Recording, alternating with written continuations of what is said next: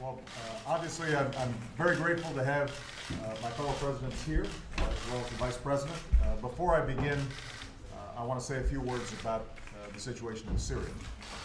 As you've seen, today we've released our unclassified assessment, detailing with high confidence that the Syrian regime carried out a chemical weapons attack that killed well over 1,000 people, including hundreds of children. This follows the horrific images that shocked us all. This kind of attack is a challenge to the world. We cannot accept a world where women and children and innocent civilians are gassed on a terrible scale. This kind of attack threatens our national security interests by violating well-established international norms against the use of chemical weapons, by further threatening friends and allies of ours in the region, like Israel and Turkey and Jordan, and it increases the risk that chemical weapons will be used in the future and fall into the hands of terrorists who might use them against us. So I have said before, and I meant what I said, that the world has an obligation to make sure that we maintain the norm against the use of chemical weapons. Now, I have not made a final decision about various actions that might be taken to help enforce that norm.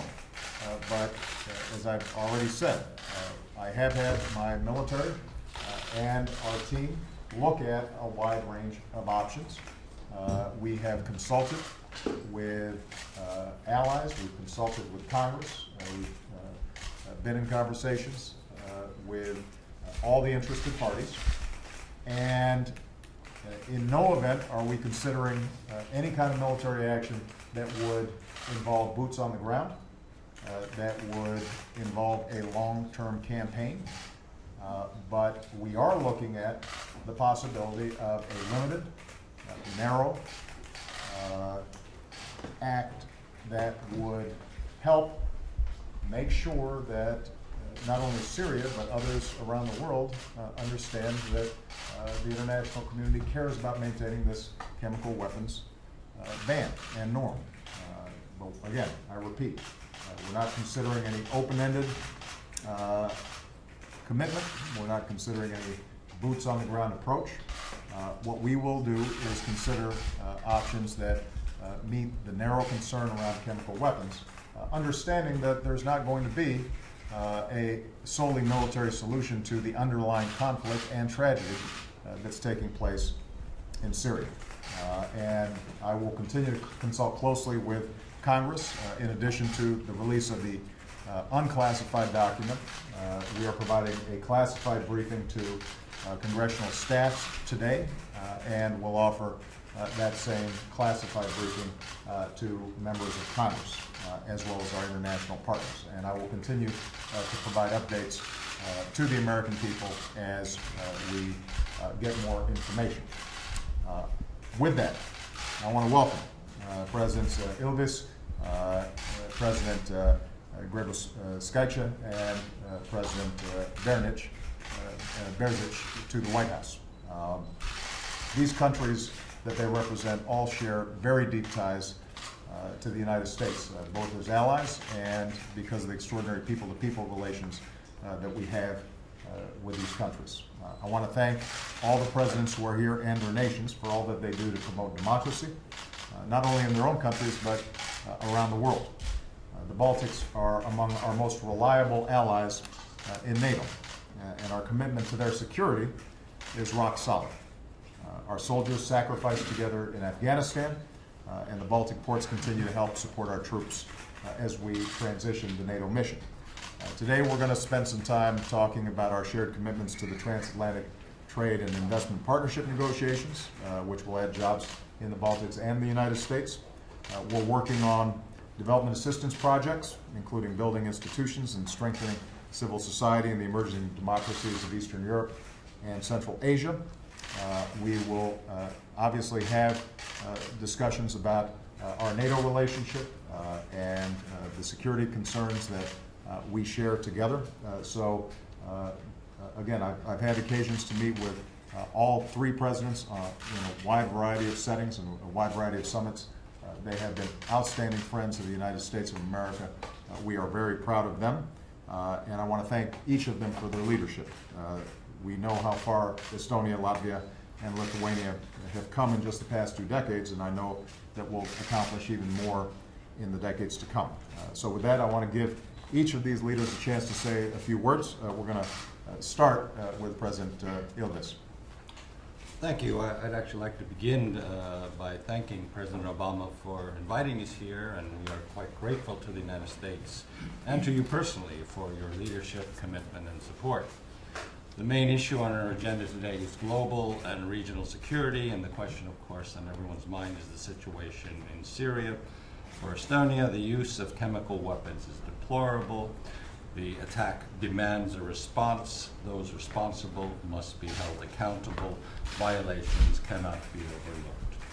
When it comes to our security, we appreciate the commitment that the United States has shown to our region and Europe as a whole, and we attach great importance to continued U.S. engagement in European security. The transatlantic security link is unique and enduring, as are the common values that underpin it. As a NATO ally, Estonia takes its responsibility to our common defense seriously. We are currently and will maintain committed to NATO's mission in Afghanistan. We spend 2% of our GDP on defense. We also believe in maintaining a strong transatlantic link in other areas such as trade, cyber, and energy security. I look forward to exchanging views on all of these issues, as I also look forward to discussing what we can do together internationally to promote our common values, democracy, human rights, rule of law. We already cooperate in countries that lie to the east and the south of us: Ukraine, Moldova, and Georgia, Tunisia as well, just to name a few. I am sure that this global cooperation aimed at helping countries transition from authoritarian to democratic rule will be expanded in the future. Recently, we've heard a lot of talk about pivots. Today, we are on the verge of a new rebalancing of a U.S. focus, this time to the Nordic-Baltic region. Our region is one of the most secure, stable, and prosperous in Europe. We are proud to be part of it. We are proud of the partnership we have with the United States here, and just as we are proud of our alliance and our enduring friendship of the American people. Good. Madam President? So adding in line, I would like to emphasize that together with the military security in the region, we are talking about economic security in the region, and here, especially on energy security, United States plays a very serious role. We opened in our region already in Vilnius the NATO Center of Excellence for Energy Security, and bilaterally with the United States the Center for Nuclear Security. And this is important because we are on the borders of NATO with some other not so secure regions, and why this involvement of United States is so important for all of our region. And of course, as a country which presides today the European Union's Council, we are engaged very much in starting negotiations on free trade agreement between the United States and European Union, and I'm very happy that we got one meeting and now we're waiting in October for second one. And I think that it is generational challenge and opportunity for all of us, for United States and Europe, to have move fast these kind of relations and to have a very efficient and resultative outcome. And I hope that we will be able to do it fast. So together with the military new challenges, we are trying to battle new economic challenges together with the cyber challenges which our region all the time receives. And I want to say that every day practically we see this aggressiveness and new forms of challenges our region is facing. So why I just can also confirm that Baltic and Nordic cooperation is a new phenomena, I would say unique phenomena in Europe, which is very much reliable, and you can count on us as being really strategic partners for United States. Mr. President. radicals. This week is important for American people. 50th anniversary of March in Washington. As I say, for us, it's 15 years over when Baltic American Charter was signed. This is right moment to review and to move forward. For us, we are really thankful to you during your presidential time.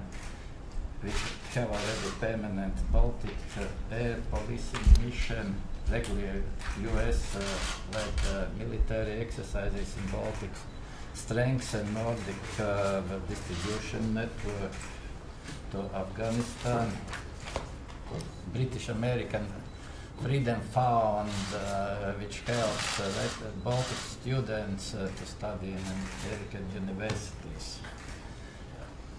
Of course, we see future together. In the same time, being very active in Europe, we will become members of Eurozone from 1st of January. We are actively working, thank you for support, to become members of OECD.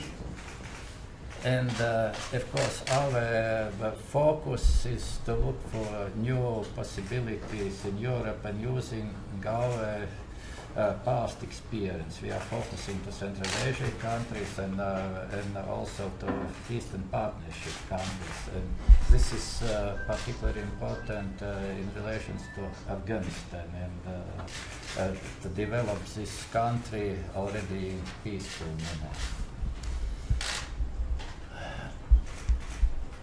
Latvia has passed crisis, but in the same time we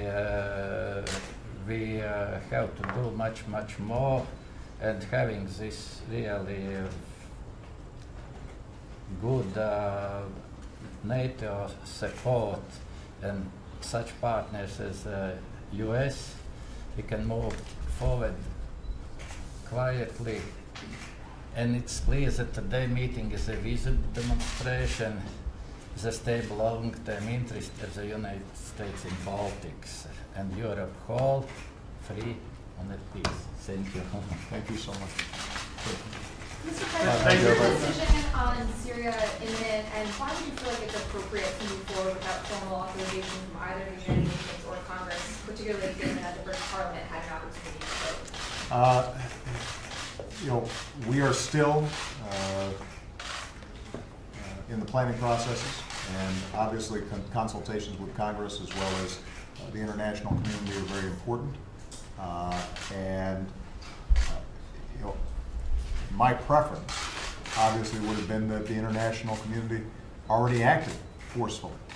But what we have seen, so far at least, is an incapacity at this point for the Security Council to move forward in the face of a clear violation of international norms. And I recognize that all of us here in the United States, in Great Britain, and many parts of the world, there is a certain weariness given Afghanistan. There's a certain suspicion of any military action post-Iraq, and I very much appreciate that. On the other hand, it's important for us to recognize that when over 1,000 people are killed, including hundreds of innocent children, through the use of a weapon that 98 or 99% of humanity says should not be used even in war, and there is no action, then we're sending a signal that that international norm doesn't mean much. And that is a danger to our national security. And obviously, if and when we make a decision to respond, there are a whole host of considerations that I have to take into account in terms of how effective it is, and given the kinds of options that we're looking at, that would be very limited. and would not involve a long-term commitment or a major operation. You know, we are confident that we can provide Congress all the information and get all the input that they need, and we're very mindful of that. And we can have serious conversations with our allies and our friends around the world about this. But ultimately, we don't want the world to be paralyzed. And frankly, part of the challenge that we end up with here is that a lot of people think something should be done, but nobody wants to do it. And that's not an unusual situation, and that's part of what allows, over time, the erosion of these kinds of international prohibitions, unless somebody says no. When the world says we're not going to use chemical weapons, we mean it. And it would be tempting to leave it to others to do it. And I think I've shown consistently and said consistently my strong preference for multilateral action whenever possible. But it is not in the national security interest of the United States to ignore clear violations of these kinds of international norms. And the reason is because there are a whole host of international norms out there that are very important to us. You know, we have currently rules in place dealing with the proliferation of weapons of mass destruction. We have international norms that have been violated by certain countries, and the United Nations has put sanctions in place. But if there's a sense that over time nobody's willing actually to enforce them, then people don't take them seriously. So, you know, I'm very clear that the world generally is war weary. Certainly, the United States, it has gone through over a decade of war. The American people understandably want us to be focused on the business of rebuilding our economy here and putting people back to work. And I assure you, nobody ends up being more war-weary than me. But what I also believe is that part of our obligation as a leader in the world is making sure that when you have a regime that is willing to use weapons that are prohibited by international norms on their own people, including children, that they are held to account. Mr. President, thank you.